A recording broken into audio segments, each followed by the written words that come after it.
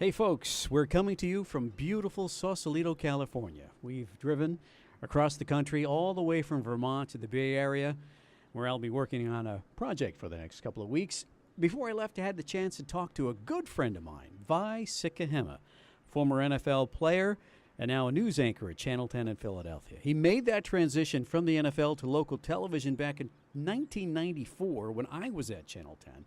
So he's got a great story to tell about how all that happened and also about some of the incredible experiences that he's had in early 2018, from thinking he was about to expire in a nuclear attack to the euphoria of the Philadelphia Eagles Super Bowl parade. It's a great story, a great episode. I know you will enjoy it. Vai Sikahema joins us this time on Take Me Through It.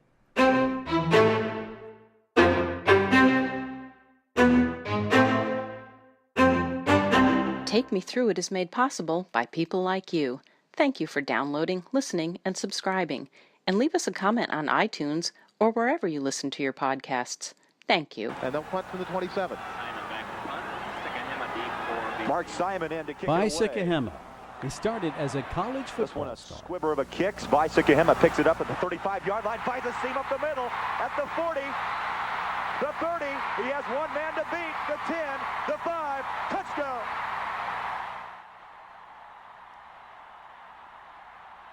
And then he made the transition to the National Football League, playing for the Cardinals, the Packers, and the Philadelphia Eagles. With the kicker, Landetta, and Sikahema will go all the way for a touchdown with no penalty markers down.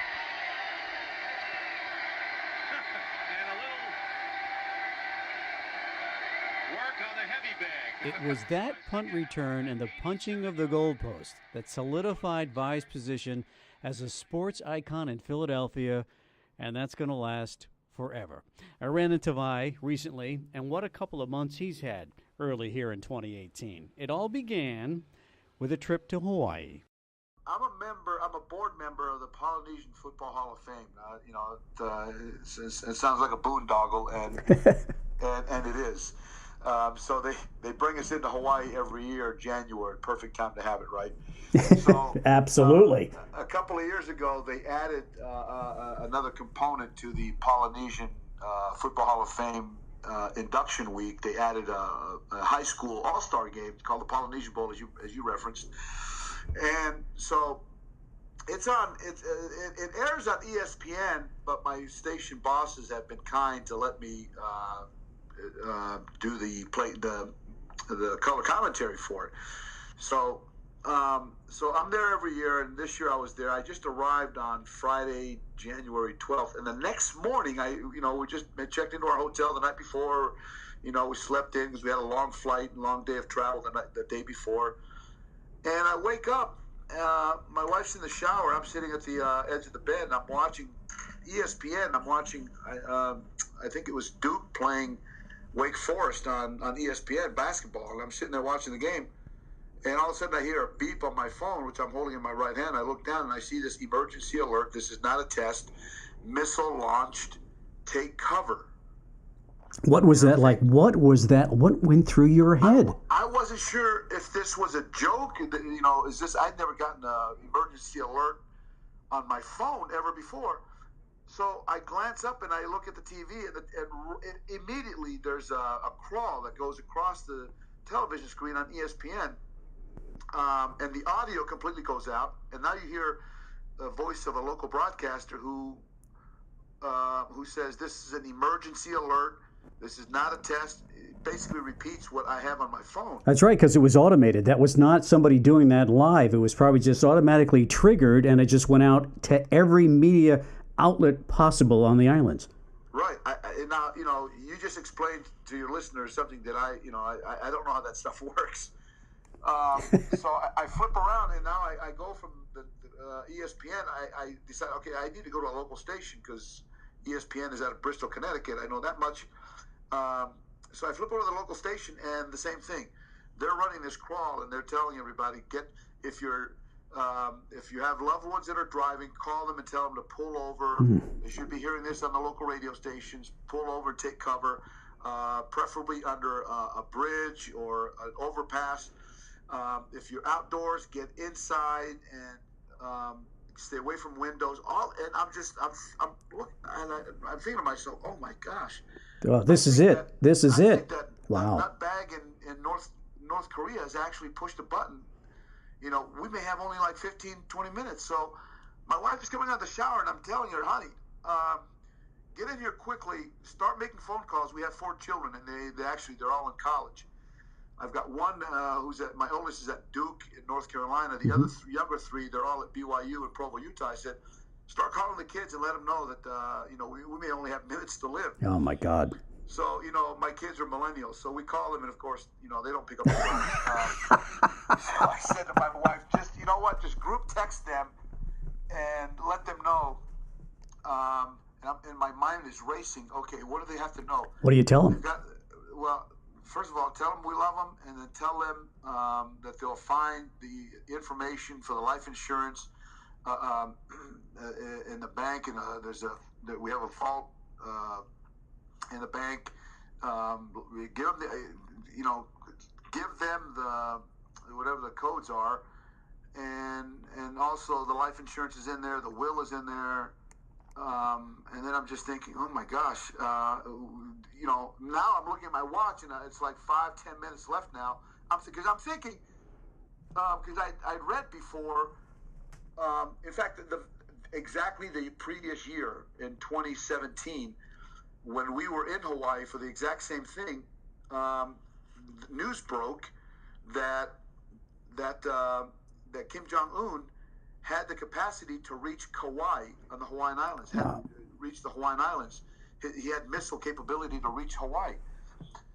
And so through the coverage of that event the year before, I remember hearing that if he launches a missile, if it's not intercepted, if it's not shot down, if it's not contested, that it would reach Hawaii within 15 to 20 minutes. So when that alert came out, you had no reason to doubt that it was real. No, yeah, I'm thinking to myself, we have 15 to 20 minutes. This is not a test. This is happening. This is going on. And so I looked out in my window, and there's directly out my window is a courtyard, and there's a yoga class that's going on. Had they gotten the message yet, or no? And I look out, and all of them have their phones on their mats, and so they're not paying attention to it. They're listening to the instructor. So the yoga class is going, and at the same time I'm thinking, I should be hearing a siren at this point, right? Right. I'm not hearing anything, so I stepped out, looked out in the lobby, and people were coming in off the beach, and so the lobby is filling up. But still, there's no sense of panic. Nobody's screaming. I'm expecting to hear somebody from the hotel running down the hallway yelling, "Get out! Get in! Get inside your room! Go into the bed!" At that point, I'm thinking, this is real. This is happening. Wow, that is just frightening. It was for a few minutes frightening. But then I'm still tuned into the local television station, and now 15, 20 minutes have popped up. And oddly enough, there's still a crawl going across, but they haven't broken into the breaking news at this point. You and I work in television news, right? So you think that their local anchors would go on TV and start. No, they weren't on TV at all. Whatever local programming was on was still on. They just had a crawl. And I started to wonder, if it's going to hit, it's going to hit, and we're going to be dead. My wife says to me, well, honestly, at that moment, I was irritated. But when you look back, you think about the things that irritated you and the things that, where your head was at. And you think you're going to be thinking about one thing, and you actually don't. You know what I was really upset about, BJ? I was thinking to myself, I'm so ticked that he is going to push the button on my first day on the island.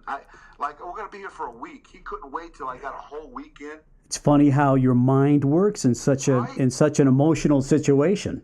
You start thinking that, and I turned to my wife and I said, I can't believe we're going out this way, honey. And she says, well, look at it this way. There's no better place to go than here in Hawaii. If we're going to go, we're going to go together. Our kids are in college. They're in good places. They're working on a future. And it was just sort of calm that way. We didn't panic at all. But But now 10, 15 minutes have passed, and I'm thinking to myself, honey, now the local television at this point has broken in, and their anchors are on the set, and they're talking to, and now they're explaining that this was a false alarm. Oh, so brother. We're a half hour into 20, 30 minutes in. I'm thinking, after 20 minutes when it didn't land, I'm thinking, I didn't hear a siren. Nothing's going to happen. So, yeah, that was the start of our Hawaii vacation. That was mid-January. And so we go from that. So all of a sudden, my boss is calling me, hey, I know you're in Hawaii. Can you do a talk back with us? Can you talk to MSNBC? You got to love news people. Hey, listen, we know you only have 20 minutes to live, but can you do a phoner for us? We'll keep it quick. I know you got to call your family, but include us in your last 5 minutes of life. Save 2 minutes for us. We'll get you on quickly. But you know what? Every news manager in America would have said the same thing. So it's just the way we think. And again, the emotion is like, quick, get them on now before it's too late. Right. And hopefully the audio works. Yeah, and I'm thinking that, I remember, Bernard Shaw from CNN back in 1991 when the Gulf War started.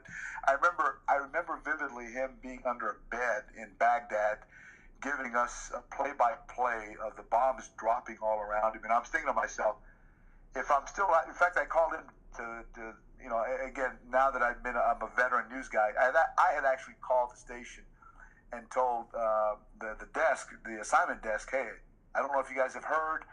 You may be seeing this on social media. You may be seeing it coming across, TV there. But I'm here in Hawaii, and there's a missile that apparently has been launched. I'm in my room, got nowhere to go. If you need me, call me.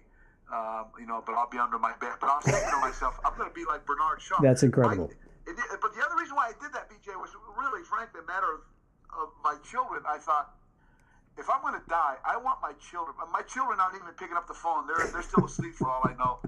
But I want them to hear my voice, and hear that I'm under the bed talking in my last breath, so that they can hear it. Because Channel 10 will broadcast it, and my kids will hear it much later, probably at my funeral. No, and it's. But that's how your mind starts thinking that way. Exactly, and we can laugh about it now, but I mean, in those moments, that was as real as it could have possibly been for you, because there was no reason for you really to doubt that first alert. And then I'm sure when you realized nothing really was happening, and then you got everybody on television saying, no, it was a false alarm, that probably put some doubt in your mind too, thinking, well, which one of these alerts is real? Yeah, and I've thought long and hard since then and over the years how, really my career has spanned this amazing course in American history, really in human history. 1994, you and I were talking about this earlier, when I came to work. It happened in June of 94. I just started working in April, so I was, wet behind the ears. I knew nothing of television and how it even worked, other than, you brought me up in front of the TV and I would talk about football, and I was doing sports. But that was in June of 94 was the day of the Bronco ride, O.J. Simpson. And right. And when I think of you, BJ, I've never forgotten that I was walking in, tape in hand, when we used to still shoot video. I was walking into the tape of a Flyers practice that I'd been to, and I was going to come back and put a package together. And you were the first one I encountered in the hallway, and you said, forget that Flyers thing. Follow me. Something has happened, and I need you to get on the TV right now and talk to the anchors about it. And I was wondering, what's he talking about? And I walked in, and you told me, look on the TV right now. O.J. Simpson has just been, there's a warrant for his arrest, and there's a police chase, and he's on I-5, the I-5 freeway, but police have surrounded him, and so the helicopters were up in the air. And you walked me through that. You wrote a little lead for me. I'll never forget it. You wrote a little lead for me, and you said, get on TV, read the lead, and then just talk through your feeling. Did you know OJ? I said, not well, but yeah, he was on the NBC crew, and I was playing football. He would, he and the crew would come in every couple times a year and, do interviews. And, he being OJ, those of us who were old enough and we knew him, knew who he was. You know, I always went over there and talked to him and asked questions. But that's how I knew him. Well, talk about that. You know, get on TV and talk about whatever experience you ever had with him, and you know, formulate some thoughts and some ideas. So, you know, this was pre-internet, so I couldn't even go on and Google what had just happened. That's right. That's right. I didn't know, right? I didn't know anything about what had just happened. But I went on, and here's what you did. You kept coming to me, and you kept ripping, back in the days of, you know, rip and read. That's right. You kept pulling off the AP wire information. You kept ripping it and handing it to me, and I would read it, you know, during a commercial break, and then I would turn. I think Ken Matz was our anchor, and we just sort of had a conversation, and we sat there and talked about, you know, what had just happened. I remember, this is the other thing that I vividly remember about that day. Al Meltzer was our veteran. Big Al, hello there. Big Al, hello there. Hey, okay, coming up. And Big Al had covered OJ. But Big Al wasn't in yet, and he usually came in later in the day. So they had called him and told Big Al to come. So Big Al came and replaced me on the set. And as I was walking off the set, Al was getting mic'd up, and I was still in the studio, but I was walking out, and the first thing, Ken Matz had asked him something about OJ, and the first thing Big Al says, "I can't believe he did it." I can't believe he did it. So Al indicted him, charged him. Well, Al was ahead of his time, perhaps. Right. You know, looking back, you know, I mean, these are all the thoughts that you gather after the fact. You look back and you go, man, that was an amazing tape.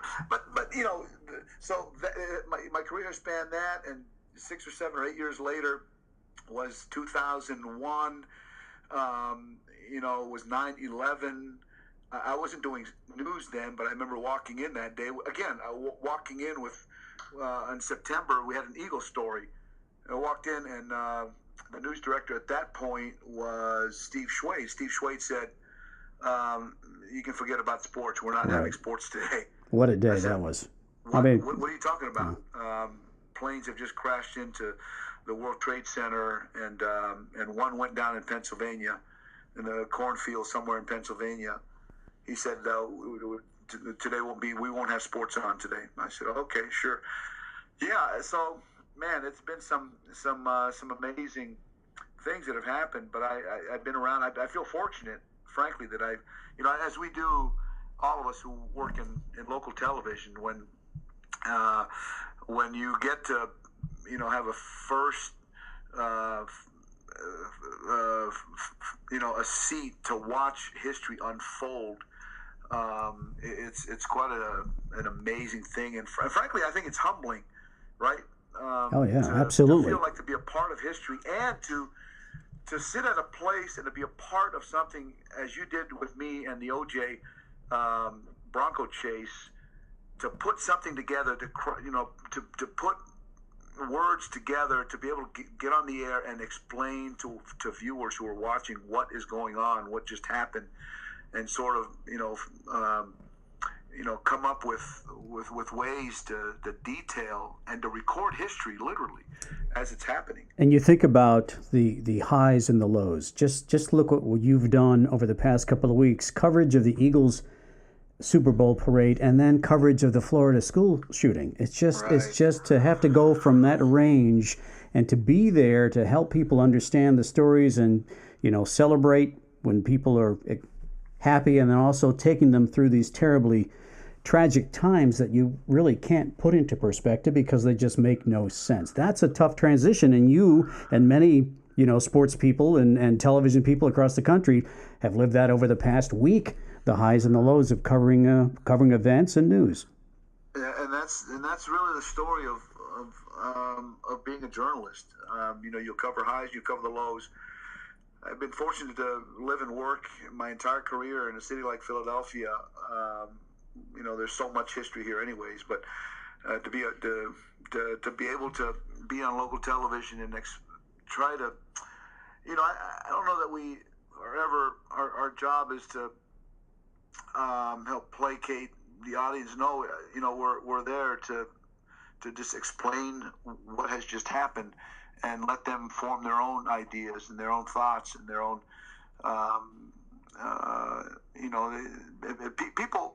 people process news the way they want to process it. You saw the woman, the mother, who just I think she was on CNN, just screaming into the television with anger, having just had to plan the funeral of her 14-year-old. Unforgettable, yes. And right, you saw that. I just read this morning the statement released by another 14-year-old by her family, who dealt with it differently. But you have to give people wide berth in how they process news and how they process information, how they process tragedy and the crisis when it's happening to them.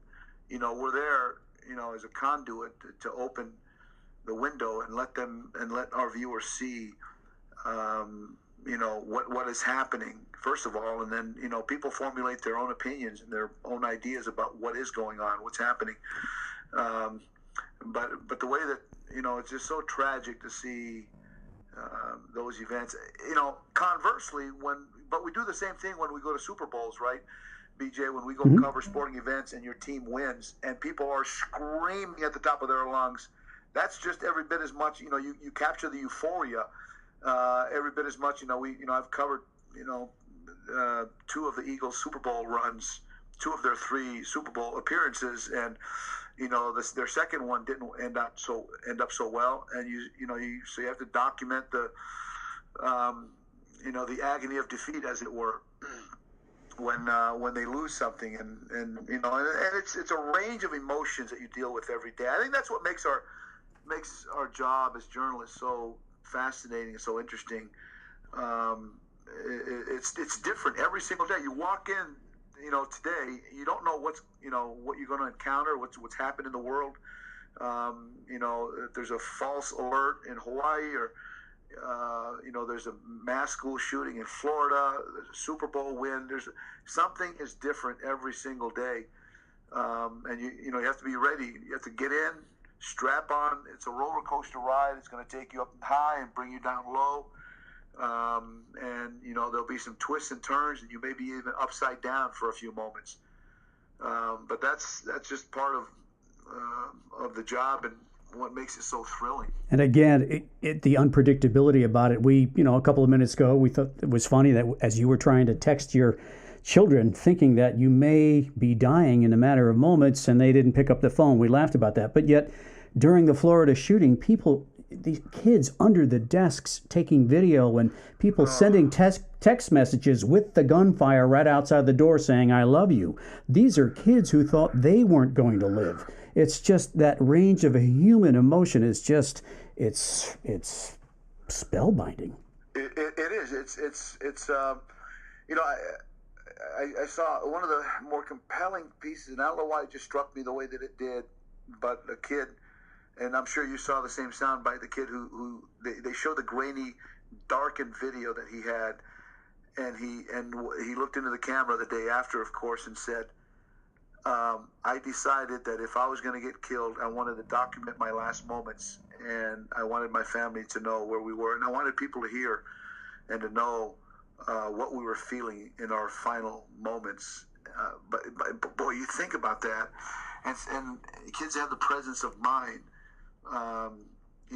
to turn on their cell phone and let's document the last few minutes of our lives. If we're about to be shot and we're about to be killed, and he probably already had witnessed, his friends, and maybe the coach and the athletic director and the teacher, maybe he had witnessed that already, and he'd already seen it and knew in his mind that his life was about to end. But he takes out his phone and he starts rolling video.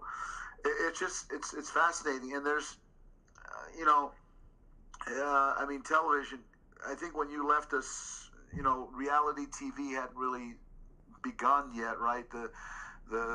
The era of reality TV, but there's still, I think, you're looking back at the two things that I think that reality TV still cannot touch, nor do I think ever can it touch, is live sporting events, the thrill and the drama of a live sporting event, because you don't know what the outcome is going to be, Right. and breaking news. When there's a breaking news story, as happened in Florida on Wednesday, sadly,